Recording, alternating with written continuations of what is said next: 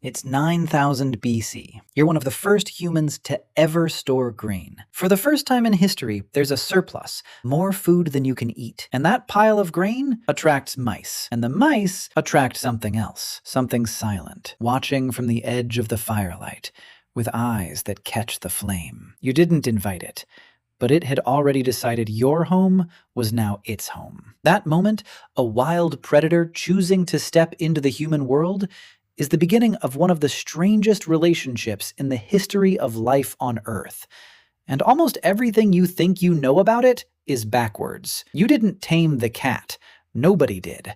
The cat looked at what we were building, saw an opportunity, and tamed itself to take it. This is the story of how a small desert hunter ran a 10,000-year con on the entire human species, and won. Let's start with the grain, because the grain is the reason any of this happened. For the first 290,000 years of human existence, there were no cats curled up by the fire. Our ancestors were nomadic. They moved with the seasons, following herds and ripening plants. A nomadic camp has nothing a cat wants. No stored food, no permanent walls, no reason to stay. Then, around 12,000 years ago, in a region we call the Fertile Crescent, everything changed. People called the Natufians began doing something no humans had done before. They settled down. They built the first permanent villages, and they started storing wild grain in pits and clay vessels. For the first time in the history of our species, there was a surplus. A concentrated, stationary, reliable pile of food, and in nature, a concentrated pile of food never stays empty for long. Because something was already hunting those mice, the African wildcat.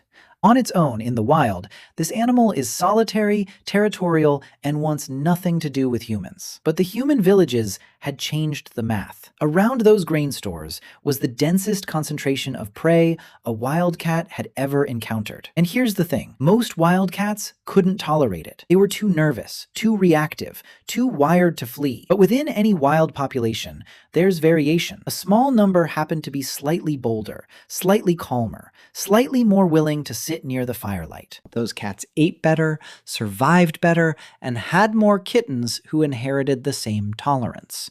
Nobody selected them. Nobody chose the calm ones and bred them on purpose. The cats that could stand to be near us simply outsurvived the ones that couldn't. This is called self-domestication.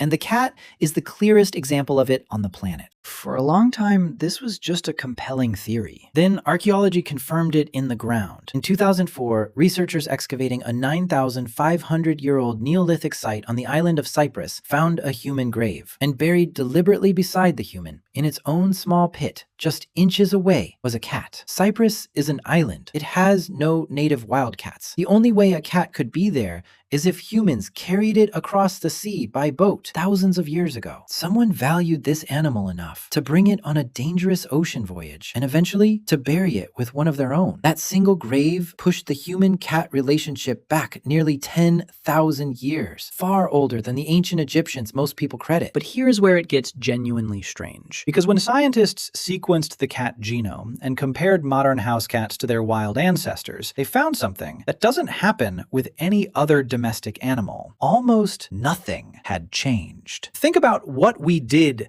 to every other species we domesticated. We took the wolf, a 100-pound apex pack hunter, and reshaped it into everything from a Chihuahua to a Great Dane. We turned a wild boar into a farm pig. We bred wild aurochs into placid dairy cattle, and a small Mexican grass into corn. The cat refused. Genetically, your house cat is almost identical to the African wildcat its ancestors came from.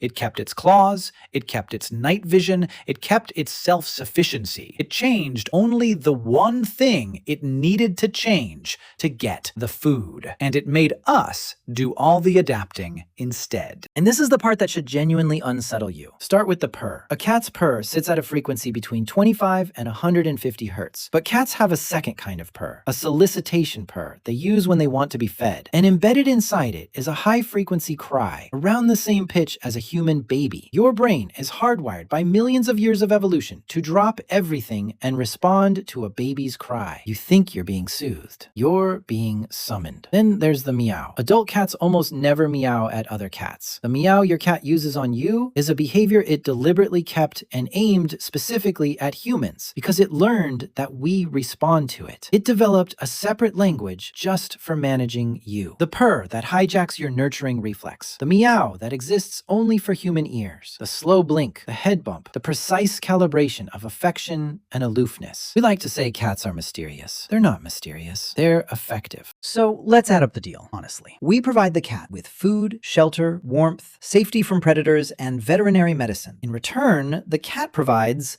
whatever it feels like providing, whenever it feels like providing it. It comes when it wants. It leaves when it wants. It never once surrendered its autonomy. By every measure we'd apply to any other animal, the cat didn't lose the domestication bargain. It won it. There are now around 600 million cats living in human homes across the planet, carried by us to every continent, fed by us, cared for by us. From the cat's point of view, moving in with humans wasn't surrender. It was the single most successful evolutionary strategy a small predator has ever pulled off. We tend to think of domestication as something we did, a story about human mastery over the natural world. But the cat is the one animal that turns that story inside out. So tonight, when the lights go down and you feel something jump onto the bed and settle against you, and you hear that low, steady purr in the dark, remember what it actually is. Remember the grain and the firelight and the wild thing at the edge of it that watched us and weighed us and decided we were worth keeping. You didn't choose the cat. 10,000 years ago, at the edge of the firelight, the cat chose you, and it has been quietly running the arrangement ever since. So, would you take the deal? Live with a tiny predator that owns the house and lets you think it's the other way around?